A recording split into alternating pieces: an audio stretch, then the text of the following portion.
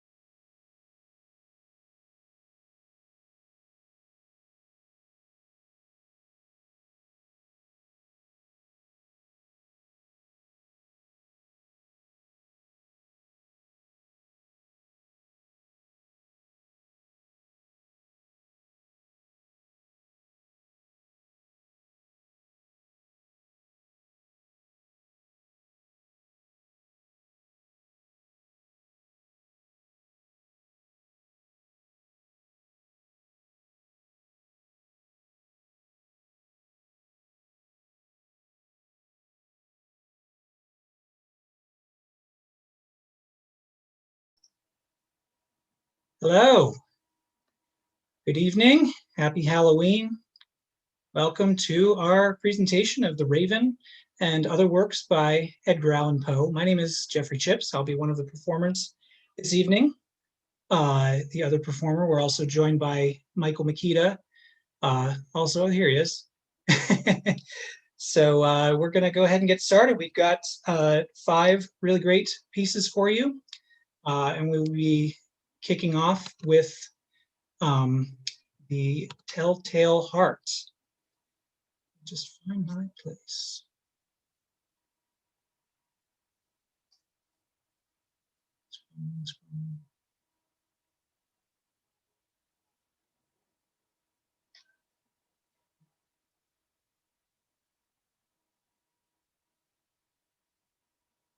Right. Here goes. True. Nervous. Very, very dreadful nervous. I had been and am. But why will you say that I am mad? The disease had sharpened my senses, not destroyed, not dulled them. Above all was the sense of hearing acute. I heard all things in the heaven and in the earth. I heard many things in hell. How then am I mad? Hearken and observe how healthily, how calmly I can tell you the whole story. It is impossible to say how first the idea entered my brain, but once conceived, it haunted me day and night. Object there was none. Passion there was none. I loved the old man. He had never wronged me. He had never given me insult. For his gold I had no desire. I think it was his eye. Yes, it was this. One of his eyes resembled that of a vulture. Pale blue eye with a film over it. Whenever it fell upon me, my blood ran cold, and so by degrees, very gradually, I made up my mind to take the life of the old man and rid myself of the eye forever. Now this is the point. You fancy me mad. Madmen know nothing. You should have seen me. You should have seen how wisely I proceeded, with what caution, with what foresight, with what dissimulation I went to work. I was never kinder to the old man than during the whole week before I killed him. And every night, about midnight, I turned the latch of the door and opened it, oh, so gently. And then when I made an opening sufficient for my head, I put in a dark lantern, all closed, so that no light shone out. And then I thrust my head. Oh, he would have laughed to see how cunningly I thrust it in. I moved slowly, very, very slowly, so that I might not disturb the old man's sleep. It took me an hour to place my whole head within the opening, so far that I could see him lay upon his bed. Ha! Would a madman have been so wise as this? And then, when my head was well in the room, I undid the lantern cautiously. Oh, so cautiously, cautiously, for the hinges creaked. I undid just so much that a single thin ray fell upon the vulture eye. And I did this for 7 long nights, every night just at midnight. But I found the eye always closed. And so it was impossible to do the work, for it was not the old man who vexed me, but his evil eye. And every morning when the day broke, I went boldly into the chamber and spoke courageously, calling him by name in a hearty tone and inquiring how he passed the night.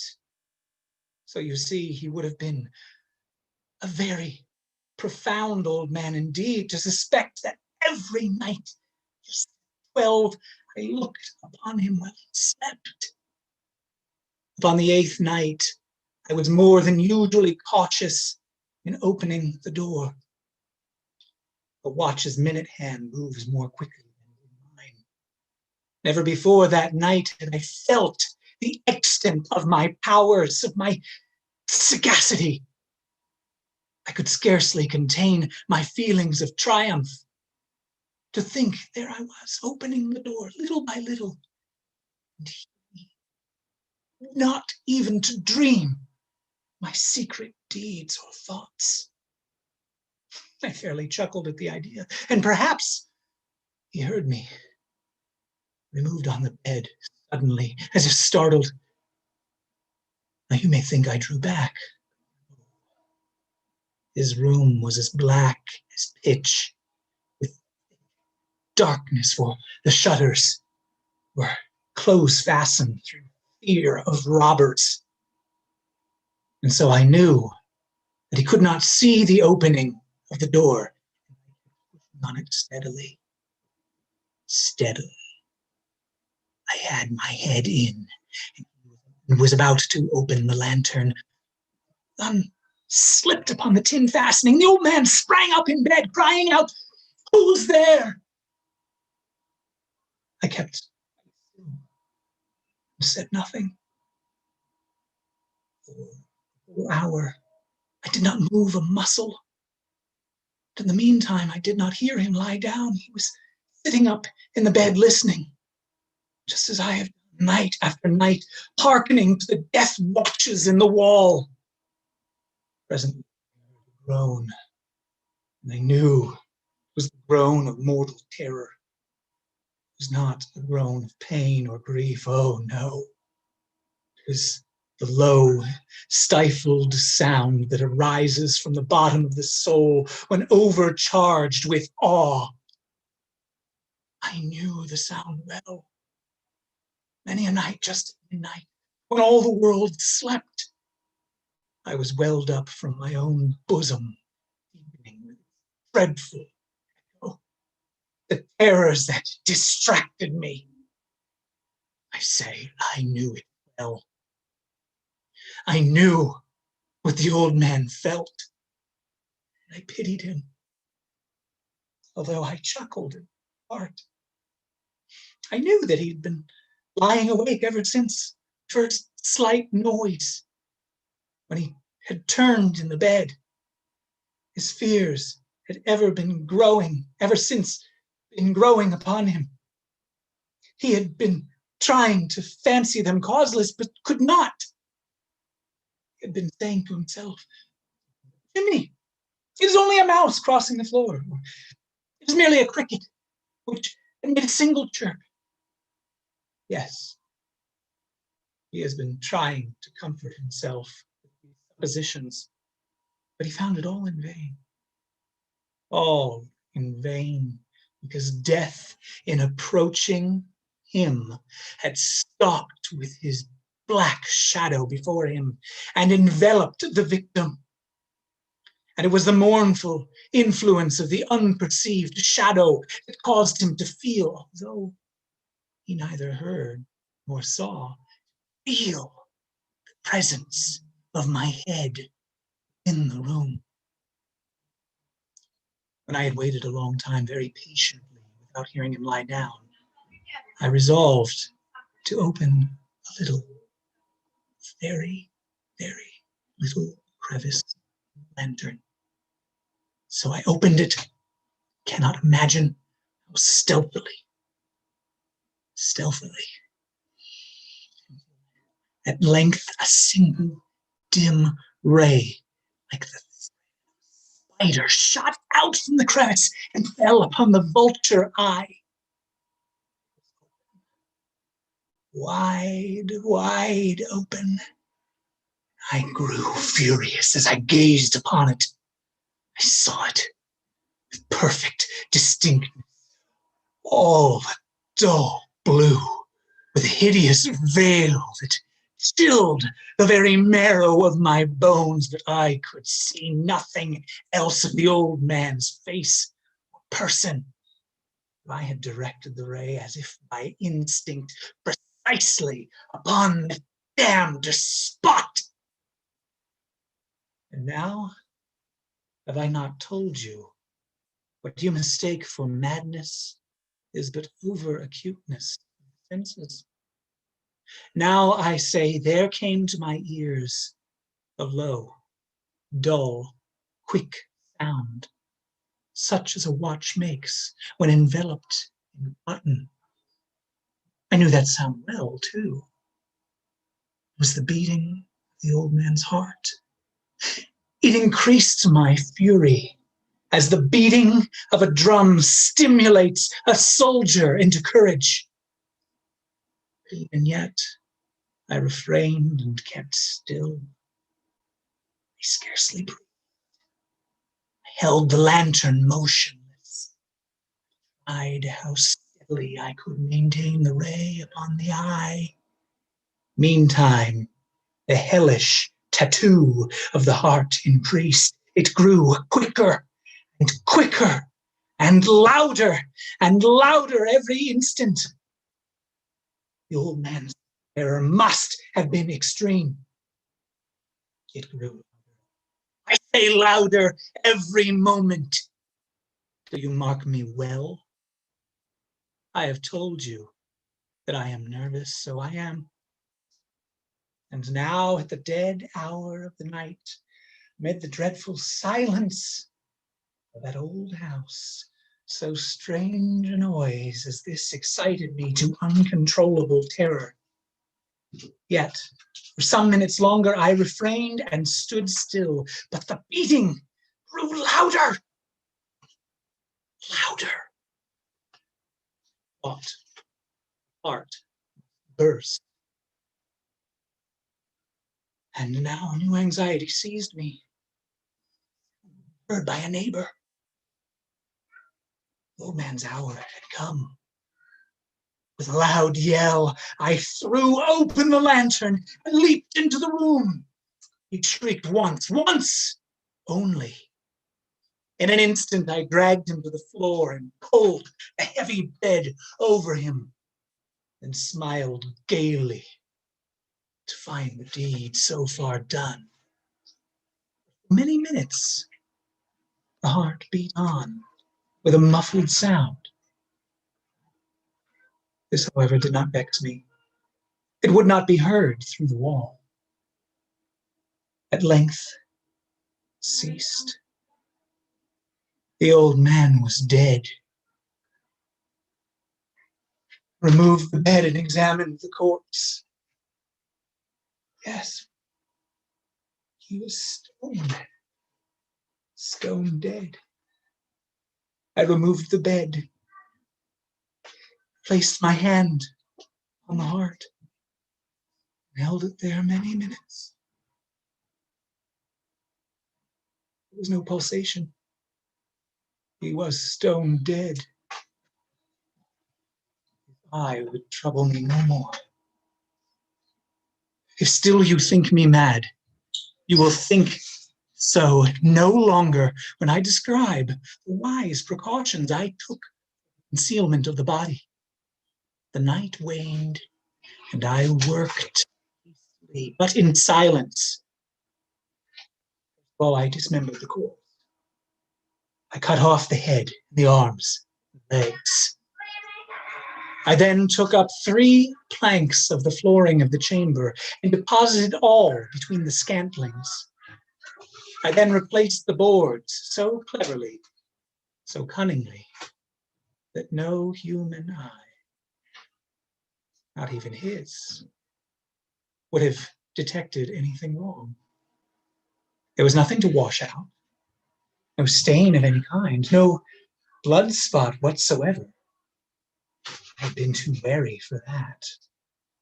The tub had caught all.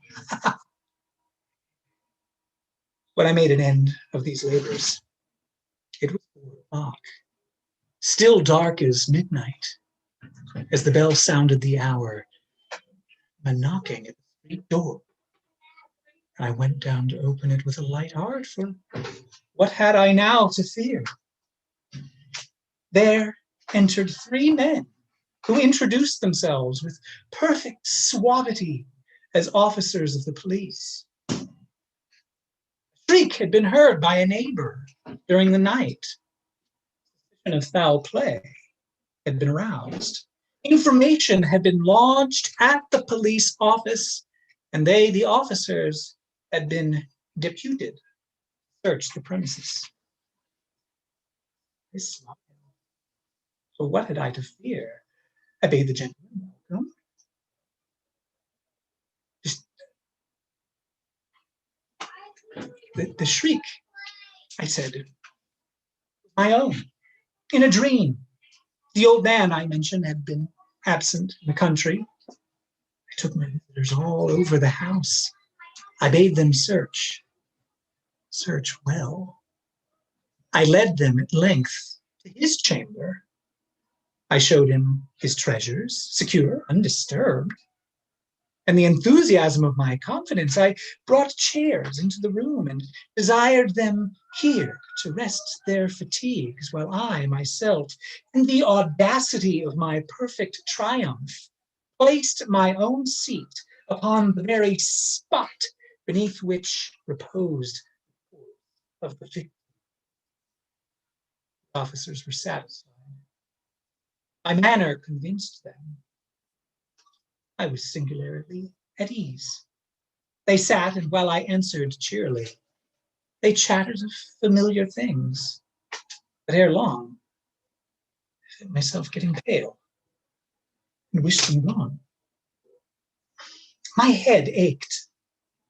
I fancied a ringing in my ears. But still they sat, chatted. The ringing became more distinct. It continued and became more distinct. I talked more freely to get rid of the feeling, but it continued and gained definitiveness until at length I found that the noise was not within my ears. No doubt I grew very pale, but I talked more fluently and with a heightened voice. Yet the sound increased. What could I do? It was low, dull, quick sound, much such a sound as a watch makes when enveloped in cotton. I gasped for breath, and yet the officers heard it not. I talked more quickly, more vehemently, but the noise steadily increased. I arose and argued about trifles in a high key, with violent gesticulations, but the noise steadily increased. Why would they not be gone? I paced the floor to and fro with heavy strides, as if excited to fury by the observations of the men. The noise steadily increased. Oh, God! What could I do?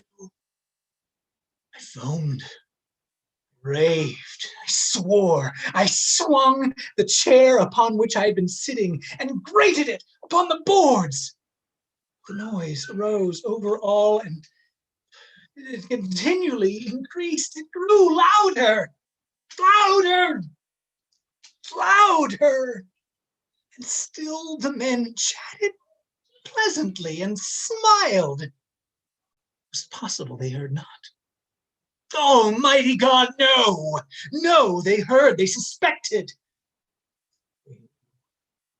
They were making mockery of my horror. This, I thought, and this, I think. Anything was better than this agony. Anything was more tolerable than this derision. I could bear those hypocritical smiles no longer. I felt that I must scream or die. And now, again, hark! Louder! Louder! Louder! Louder! Villains! I shrieked. Dissemble no more. I admit the deed. Tear up the planks here. Here is the beating of his hideous heart. Thank you.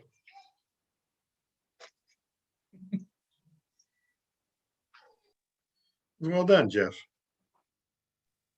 Thanks. Bye. Watching on YouTube. Hello to everyone that's on there. I see more and more folks are joining us as we come along, so that's great. How about a poem? We're going to do a love poem here in the spirit of Poe and Halloween, a not very happy love poem. Edgar wrote this shortly after his wife Virginia died.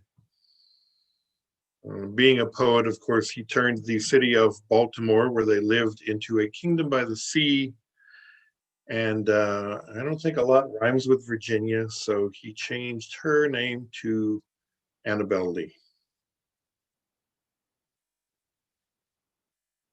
It was many and many a year ago, in a kingdom by the sea, that a maiden there lived, whom you may know by the name of Annabel Lee. And this maiden, she lived with no other thought than to love and be loved by me. I was a child, and she was a child in this kingdom by the sea, but we loved with a love that was more than love, I and my Annabel Lee, with a love that the winged seraphs of heaven coveted, her and me. And this was the reason that long ago in this kingdom by the sea, a wind blew out of a cloud, chilling my beautiful Annabel Lee, so that her highborn kinsman came and bore her away from me to shut her up in a sepulchre in the kingdom by the sea. The angels, not half so happy in heaven, went envying her and me. Yes, that was the reason, as all men know in this kingdom by the sea, that the wind blew out of a cloud by night, chilling and killing my Annabel Lee.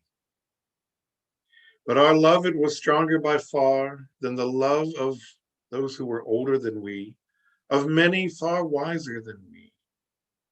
And neither the angels in heaven above, nor the demons down under the sea can ever dissever my soul from the soul of the beautiful Annabel Lee. For the moon never beams without bringing me dreams of the beautiful Annabel Lee. And the stars never rise, but I see the bright eyes of the beautiful Annabel Lee. And so all the night tide, I lie down by the side of my darling, my life and my bride, in her sepulchre there by the sea, in her tomb by the sounding sea.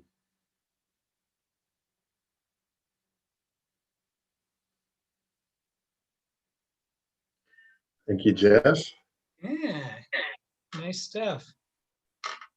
So, do one together and lighten it up a little bit. Yeah, a little bit light. Little bit light, a little bit dark. So if anybody is familiar with the, I feel like this is one of his most famous ones, the bells. So I will take the first bit and we'll go back and forth. All right. All right. I will get out of your way then. The stage is yours. Thank you. Hear the sledges with the bells, silver bells. What a world of merriment their melody foretells. How they tinkle, tinkle, tinkle in the icy air of night, while the stars that oversprinkle all the heavens seem to twinkle with a crystalline delight, keeping time, time, time in a sort of runic rhyme to the tintinnabulation that so musically wells from the bells, bells, bells, bells, bells, bells, bells, from the jingling and the tinkling of the bells. Hear the mellow wedding bells, golden bells. What a world of happiness their harmony foretells through the balmy air of night, how they ring out their delight from the molten golden notes. And all in time, what a liquid ditty floats to the turtle dove that listens while she gloats on the moon. Oh, from out the sounding cells, what a gush of euphony voluminously wells. How it swells, how it dwells on the future, how it tells of the rapture that impels to the swinging and the ringing of the bells, bells, bells, of the bells, bells, bells, bells, bells, bells, bells, to the rhyming and the chiming of the bells. Hear the loud alarum bells, brazen bells. What a tale of terror now their turbulency tells. In the startled ear of night, how they scream out there affright, too much horrified to speak. They can only shriek, shriek out of tune, in a clamorous appealing to the mercy of the fire, in a mad expostulation with the deaf and frantic fire, leaping higher, higher, higher, with a desperate desire and a resolute endeavor now to sit or never by the side of the pale-faced moon. Oh, the bells, bells, bells! What a terror tells of despair, how they clang and clash and roar. What horror they outpour on the bosom of the palpitating air, yet the ear it fully knows by the twanging and the clanging, how the danger ebbs and flows, yet the ear distinctly tells in the jangling and the wrangling, how the danger sinks and swells by the sinking and the swelling in the anger of the bells. The bells, the bells, bells, bells, bells, bells, bells, bells, and the clamor and the clangor of the bells. Hear the tolling of the bells, iron bells. What a world of solemn thought their monody compels. In the silence of the night, how we shiver with affright at the melancholy meaning of their tone. For every sound that floats from the rust within their throats is a groan. And the people, the people, they that dwell up in the steeple all alone, and who, tolling, tolling, tolling, in that muffled monotone, feel a glory in so rolling on the human heart a stone. They are neither man nor woman, they are neither brute nor human. They are ghouls, and their king it is who tolls, and he rolls, rolls, rolls, rolls, paean from the bells, and his merry bosom swells with the paean of the bells, and he dances, and he yells, keeping time, time, time, in a sort of runic rhyme to the paean of the bells, keeping time, time, time, in a sort of runic rhyme to the throbbing of the bells, bells, bells, to the sobbing of the bells, keeping time, time, time, as he knells, knells, knells, in a happy runic rhyme to the rolling of the bells, bells, bells, to the tolling of the bells, bells, bells, bells, bells, bells, bells, bells, the moaning and the groaning of the bells.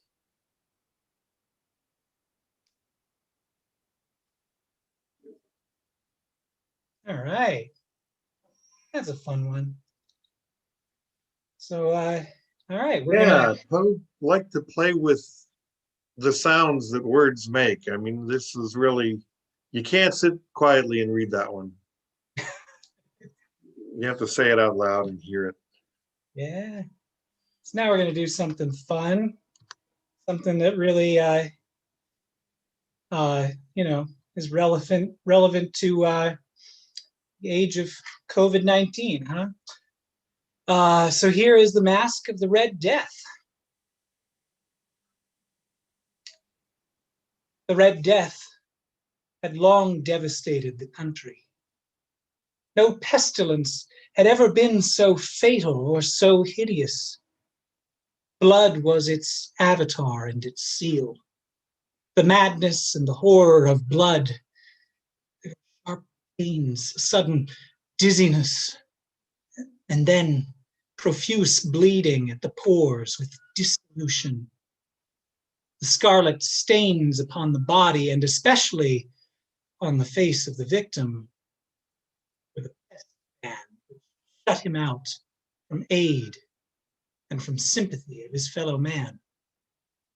The whole seizure, progress, and termination of the disease were incidents of half an hour. But Prince Prospero was happy and dauntless and sagacious. When his dominions were half depopulated, summoned to his presence 1,000 hale and light-hearted friends from among the knights and dames of his court, and with these retired to the deep seclusion of one of his crenellated abbeys. It was an extensive and magnificent structure, the creation of the prince's own eccentric yet august state. A strong and lofty wall girdled it in. This wall had gates of iron. The courtiers, having entered, brought furnaces and massy hammers and welded the bolts. They resolved to leave means neither of ingress nor egress to the sudden impulses of despair or of frenzy from within. The abbey was amply provisioned. Such precautions the courtiers might bid defiance to contagion. The external world could take care of itself. In the meantime, it was folly to grieve or to think. The prince had provided all the appliances of pleasure. There were buffoons, there were improvisatori, there were ballet dancers, there were musicians, there was beauty, there was wine. All these and security were within. Without was the Red Death. It was toward the close of the 5th or 6th month of this seclusion that the Prince Prospero entertained his 1,000 friends at a masked ball of the most unusual magnificence. It was a voluptuous scene, that masquerade. But first, let me tell of the rooms in which it was held. There were 7, an imperial suite. In many palaces, however, such suites form a long and straight vista, while the folding doors slide back nearly to the walls on either hand, so that the view of the whole extent is scarcely impeded. Here, the case was very different.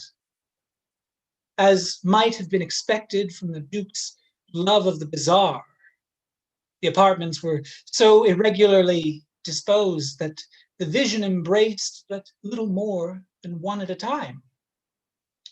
There was a sharp turn at the right and left in the middle of each wall. A tall and narrow Gothic window looked out upon the closed corridor, of which pursued the windings of the suite. These windows were of stained glass, whose color varied in accordance with the prevailing hue of the decorations of the chamber into which it opened. That at the eastern extremity was hung, for example, in blue, and vividly blue were its windows.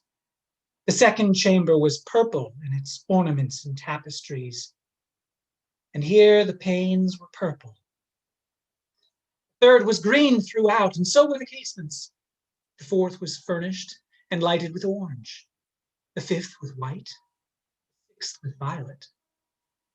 The 7th apartment was closely shrouded in black velvet tapestries that hung all over the ceiling and down the walls, falling in heavy folds upon a carpet of the same material and hue. But in this chamber only, the color of the windows failed to correspond with the decorations. The panes were scarlet, a deep blood color. Now in one of the 7 apartments, now in no one of any of the 7 apartments was there any lamp or candelabrum. Amid the profusion of golden ornaments that lay scattered to and fro and depended from the roof, there was no light of any kind emanating from lamp or candle within the suite of chambers. But in the corridors that followed the suite, there stood opposite each window a heavy tripod bearing a brazier of fire that projected its rays through the tinted glass and so glaringly lit the room. And thus were produced a multitude of gaudy and fantastic appearances. But in the western or back chamber, the effect of the firelight that streamed upon the dark hangings through the blood-tinted panes was ghastly in the extreme, and produced so wild a look upon the countenances of those who entered that there were few of the company bold enough to set foot in its precincts at all. It was within this apartment also that there stood against the western wall a gigantic clock, ebony. Its pendulum swung to and fro, the very dull, heavy, monotonous clang. And when the minute hand made the circuit of the face and the hour was to be stricken, there came from the brazen lungs of the clock a sound which was clear and loud and deep and exceedingly musical, of so peculiar a note and emphasis that each lapse of an hour, the musicians of the orchestra were constrained to pause momentarily in their performance, to hearken to the sound. And thus the waltzers perforce ceased their evolutions, and there was brief disconcert of the whole gay company. And while the chimes of the clock yet rang, it was observed the giddiest grew pale, and the more aged and sedate passed their hands over their brows as if in confused reverie or meditation. But when the echoes had fully ceased, a light laughter at once pervaded the assembly. The musicians looked at each other and smiled as if their own nervousness and folly, as if at their own nervousness and folly, and made whispering vows each to the other that at the next chiming of the clock should produce in them no similar emotion. And then, after the lapse of 60 minutes, which embrace 3,600 seconds of time that flies, there came yet another chiming of the clock. And then were the same disconcert and tremulousness of meditation as before. But in spite of these things, it was gay and magnificent revel. The tastes of the Duke were peculiar. He had a fine eye for color and effects. He disregarded the decora of mere fashion. His plans were bold and fiery, and his conceptions glowed with barbaric luster. There are some who would have thought him mad. His followers felt that he was not. It was necessary to hear and see and touch him to be sure he was not. He had directed in great part the movable embellishments of the 7 chambers upon occasion of this great fete. And it was his own guiding taste which had given character to the masqueraders. Be sure they were grotesque. They were much glare and glitter, piquancy and phantasm. There were arabesque figures with unsuited limbs and appointments. There were delirious fancies such as a madman fashions. There were much of the beautiful, much of the wanton, the bizarre, something of the terrible, and not little of that which might have excited disgust. To and fro in the 7 chambers stalked, in fact, a multitude of dreams. And these the dreams writhed in and about, taking hue from the rooms and causing the wild music of the orchestra seen as the echo of their steps. And anon, there strikes the ebony clock which stands in the hall of velvet. And then for a moment, all is still, and all is silent save the voice of the clock. The dreams are stiff frozen as they stand, but the echoes of the chime die away. They have endured but an instant, and a light, half-subdued laughter floats about them as they depart. And now the music swells, and the dreams live and writhe to and fro more merrily than ever, taking hue from the many tainted windows through which stream the rays of the tripods. But to the chamber which lies westwardly, the 7, there are now none of the maskers who venture. The night is waning away, and there flows a ruddier light through the blood-colored panes, and the blackness of the sable drapery appalls. And to him whose foot falls on the sable carpet, there comes from the clock of ebony a muffled peal more solemnly emphatic than any which reaches the ears to indulge in more remote gaieties of the other apartments. But these other apartments were densely crowded, and in them beat feverishly the heart of life, and the revel went whirlingly on until at length there commenced the sounding of the midnight clock. And then the music ceased, as I have told, and the evolutions of the waltzers were quieted. There was an uneasy cessation of all things as before. Now there were 12 strokes sounded by the bell of the clock, and thus it happened, perhaps, that more of thought crept, with more of time into the meditations of the thoughtful among those who revelled. Thus, too, it happened that before the last echoes of the last chime had utterly sunk into silence, there were many individuals in the crowd who had found leisure to become aware of the presence of a masked figure which had arrested the attention of no single individual before. And the rumor of this new presence having spread itself whisperingly around, there arose at length from the whole company a buzz or murmur of horror and of disgust. In an assembly of phantasms such as I have painted, it may well be supposed that no ordinary appearance excited such sensation. In truth, the masquerade license of the night was nearly unlimited. The figure in question had out-Heroded Herod and gone beyond the bounds of even the prince's indefinite decorum. There are chords in the hearts of the most reckless which cannot be touched without emotion.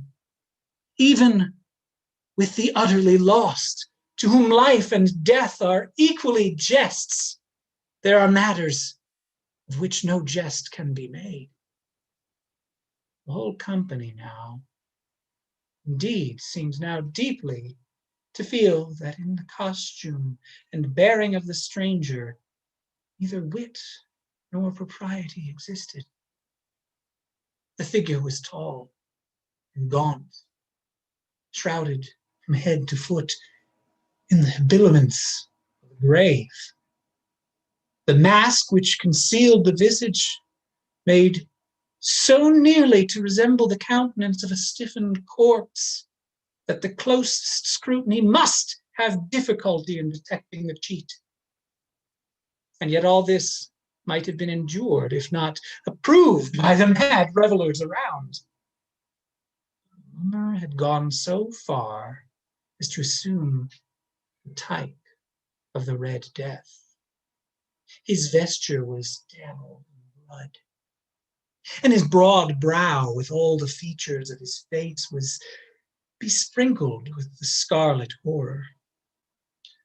And the eyes of Prince Prospero fell upon the spectral image, which, in a slow, solemn movement, as if more fully to sustain its role, stalked to and fro among the waltzers.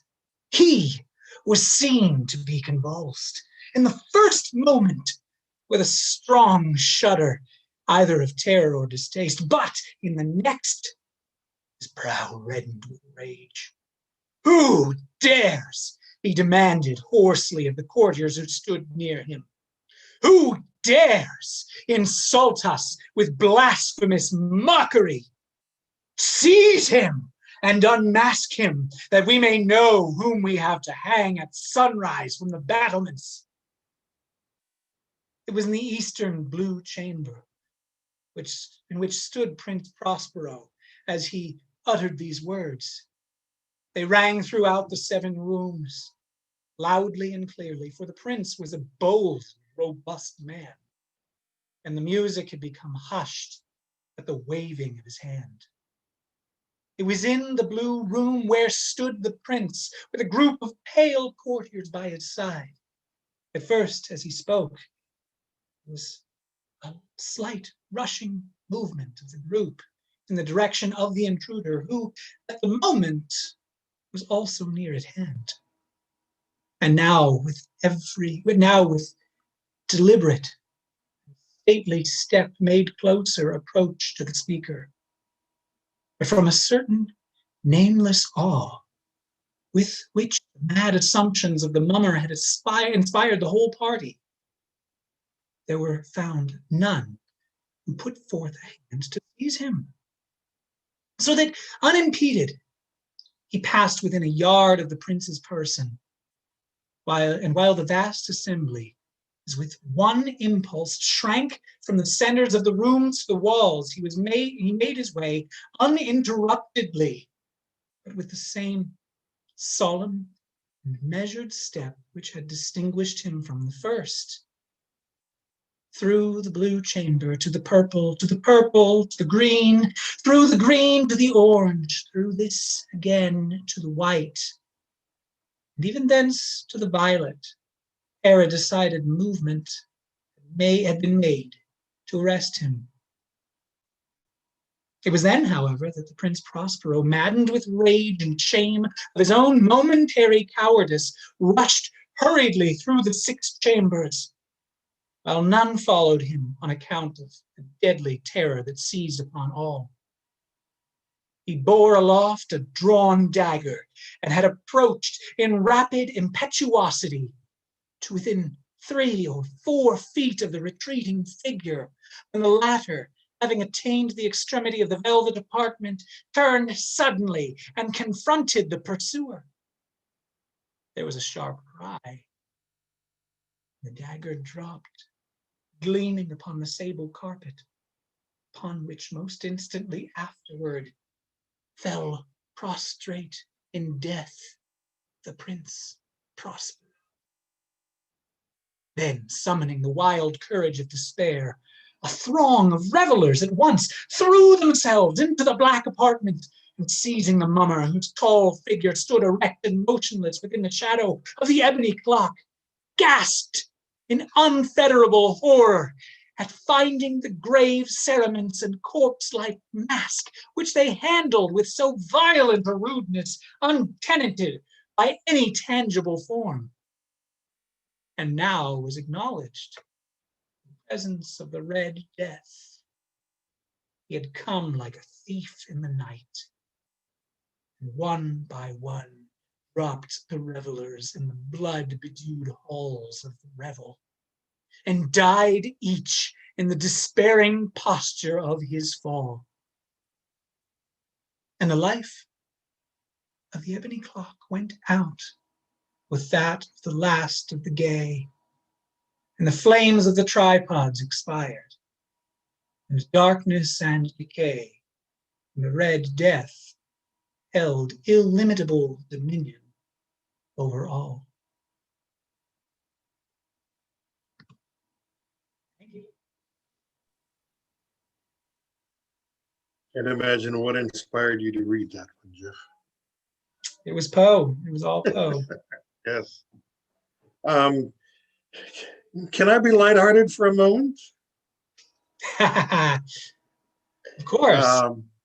Someone has pointed out that we don't really need Halloween this year. I have been wearing a mask and eating candy for at least 6 months now. Me too. Right? And a lot of out there have.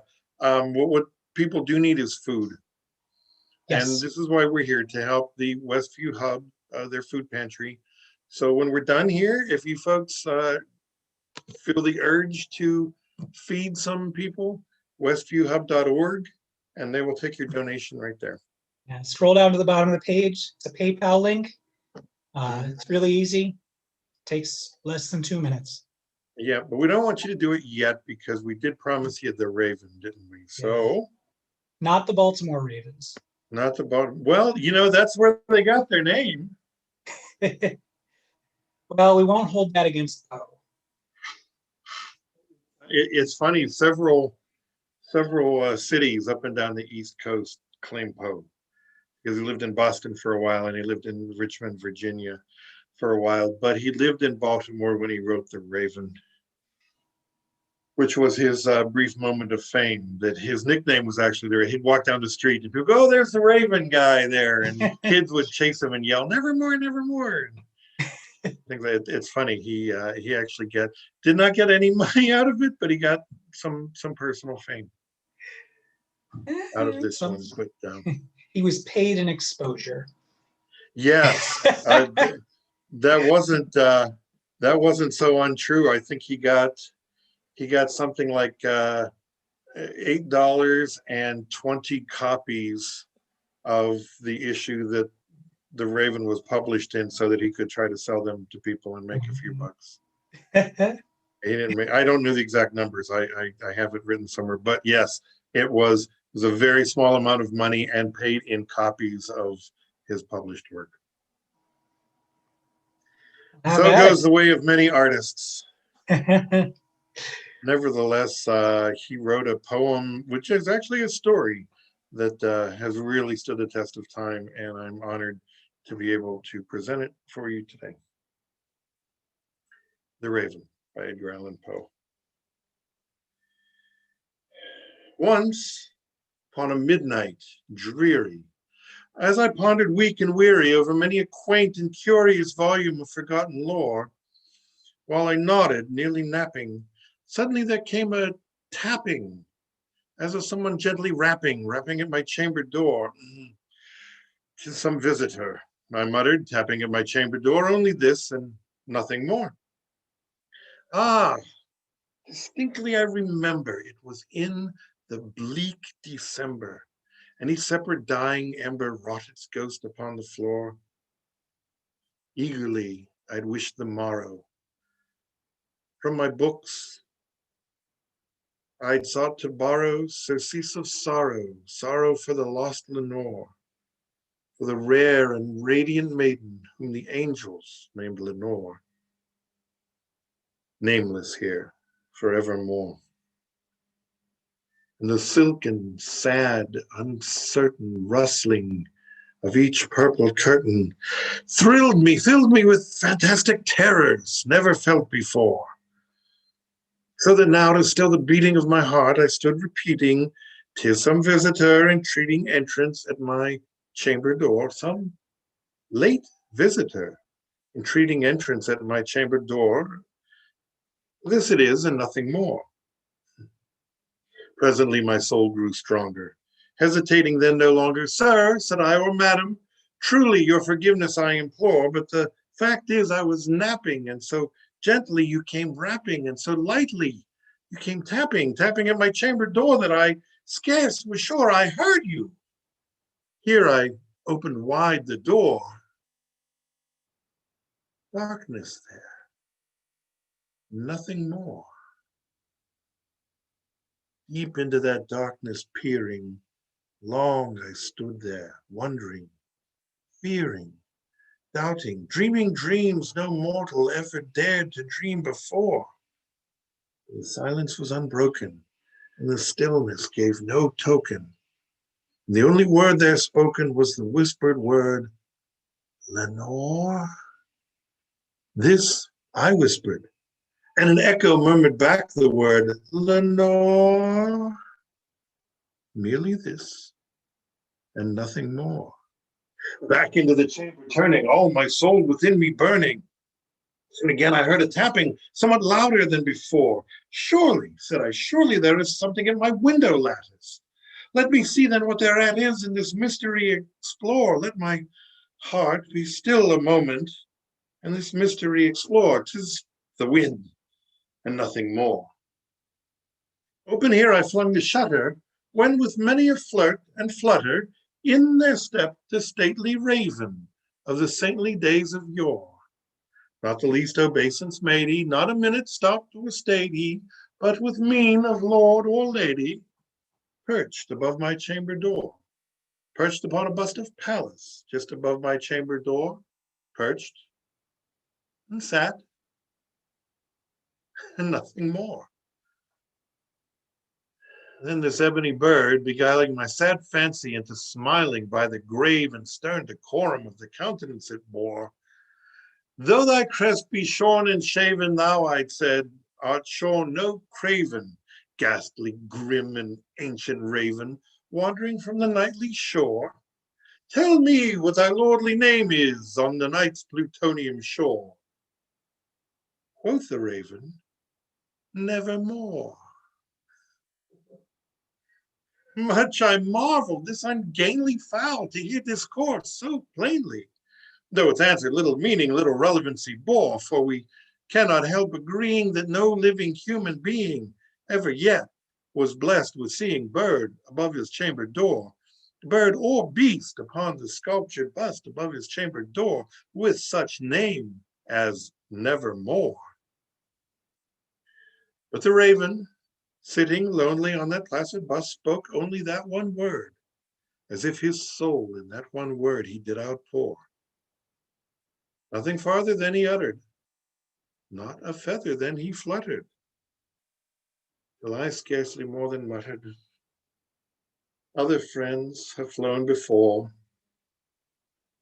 On the morrow he will leave me, as my hopes have flown before. Then the bird said, nevermore. Startled by the stillness broken, by reply so aptly spoken, doubtless, said I, what it utters is its only stock and store, caught from some unhappy master, whom unmerciful disaster followed fast and followed faster, till his songs one burden bore, till the dirges of his hope that melancholy burden bore of never, never more. The raven, still beguiling my sad fancy into smiling, straight I wheeled a cushioned seat in front of bird and bust and door. Then upon the velvet sinking, I betook myself to linking fancy unto fancy, thinking what this ominous bird of yore, what this grim, ungainly, ghastly, gaunt, and ominous bird of yore meant in croaking nevermore. This I sat engaged in guessing, but no syllable expressing to the fowl whose fiery eyes now burned into my bosom's core. This and more I sat divining with my head at ease, reclining on the cushion's velvet lining with the lamplight gloated o'er, but whose velvet violet lining with the lamplight gloating o'er, she shall press, nevermore. Then methought the air grew denser, perfumed from an unseen censer swung by seraphim whose footfalls tinkled on the tufted floor. Wretch, I cried, thy God hath lent thee, by the angels he has sent thee, respite, respite and nepenthe from thy memories of Lenore. Let me quaff this kind nepenthe and forget the lost Lenore. Quoth the raven, nevermore. Prophet, said I, thing of evil, prophet still if bird or devil, whether tempter sent or whether tempest tossed thee here ashore.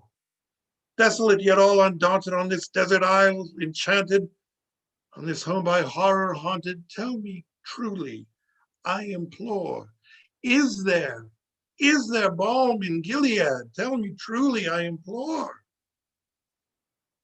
Quoth the raven, nevermore. Prophet, said I, thing of evil, prophet still, if bird or devil, by the heaven that bends above us, by the God we both adore, tell this soul with sorrow laden, if within the distant Aden it shall clasp a sainted maiden whom the angels name Lenore, clasp a rare and radiant maiden whom the angels name Lenore. Quoth the raven, nevermore. Be that word our sign of parting, bird or fiend, I shrieked upstarting. Get thee back into the tempest and the night's Plutonian shore. Leave no black plume as a token of the lie thy soul hath spoken. Leave my loneliness unbroken, quit the bust above my door. Take thy beak from out my heart and take thy form from off my door. Quoth the raven, nevermore.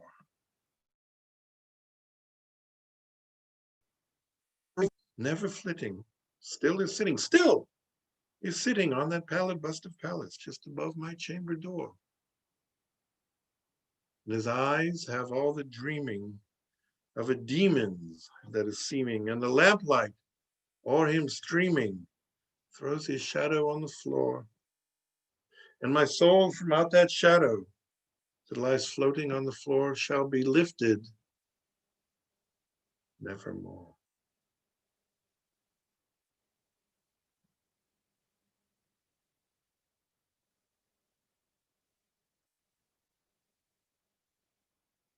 Ooh, bravo.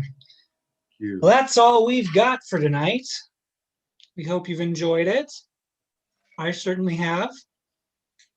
So if you have not yet done so, do it now. Log on to www.westviewhub.org. Scroll to the bottom of the page. There's a PayPal link right there. Click on that and drop, I don't know, 50, whatever. So really be helping out a good cause. Since the start of the pandemic, the Westview Hub has provided 100,000 meals to members of the community. And the need continues, and they're doing some great work there. So whatever you can do, it would be greatly appreciated. Yeah, if it's just $1 or $2, that's fine. They'll happily accept that. You're still contributing, but please do what you can. Yes, by all means. So that's all we have for tonight. Check back soon. We've got some upcoming hub events and Steel City Shakes. We're trudging through this pandemic, and hopefully soon we'll see you live and in person and be able to share some good times. So that's all I've got. Have a great night, and we will. Well, I had fun. I hope everyone else did too. Thank you, folks. Yes. There we got some nice comments there on YouTube. Good. All right. All right. Bye. Good night.